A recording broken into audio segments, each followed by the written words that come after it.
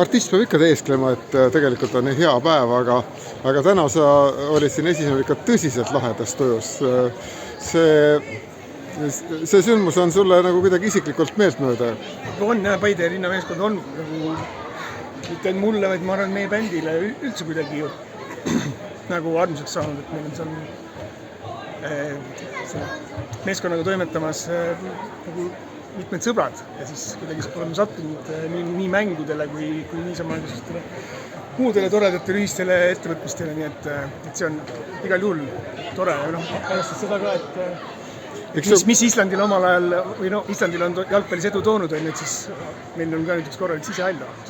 No Ragnar Klavani käest sai juba küsitud, et millal Eesti meeskond Islandit teeb. Tema oli nagu optimistlik, kuidas sina jalgpallivaatajana ütled. Kaugel see aeg on, niikuinii teeb, aga millal teeb? Et Islandil ära teeb. No jah, või see maailma areenil Islandit teeb, ütleme. Okei, jah. Võime seda iga päev teha, aga kui nii, et kogu maailm sellega nagu arvestaks edaspidi, et juhused ju on varemgi olnud, et on, ma ei tea, ühel EM-il või MM-il mingi meeskond väga hästi säranud, kes tegelikult ei võiks üldse kuskile maailma tippu kuuluda, ja siis kaob ka kohe orbiidit ära. Pigem tahaks seda, et oleks stabiilselt nagu sellised tugevad hooajad ja et see, kuhu teel ollakse, et sinna ikka püsima jäädaks. Ja kohustuslik küsimus ka muidugi tänasel päeval, et kui palju ise vutti tagunud oled? Ma olen kossi rohkem tagunud kui palli, olgu nii, et ma olen kaitsemängija. Selles mõttes ei pea ennast suureks jalgpalluriks. Vastupidi, mina olin täpselt siis LC muusikutes, ma olin täpselt see mees, et kui vastastel oli natuke liiga nobe ründaja, siis mina võtsin tema maha. Ma olen ka nobe, aga mul on tugevad jalad. Ja kuidas sul endal suhted spordiga on? Mingisugune hetkel sa olid ikka väga kõva vend, tegid Tour de France'i selle vaba etapi läbi, mis on iseenesest täitsa hullumeelne asi.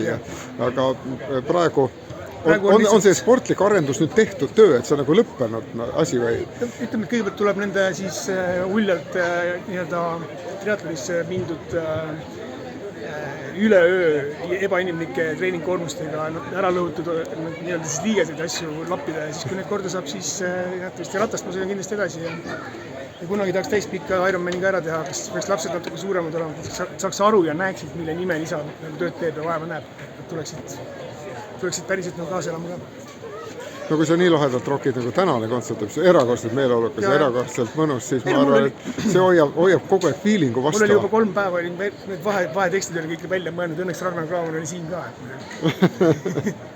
Okei, aga aitäh sulle, et olid.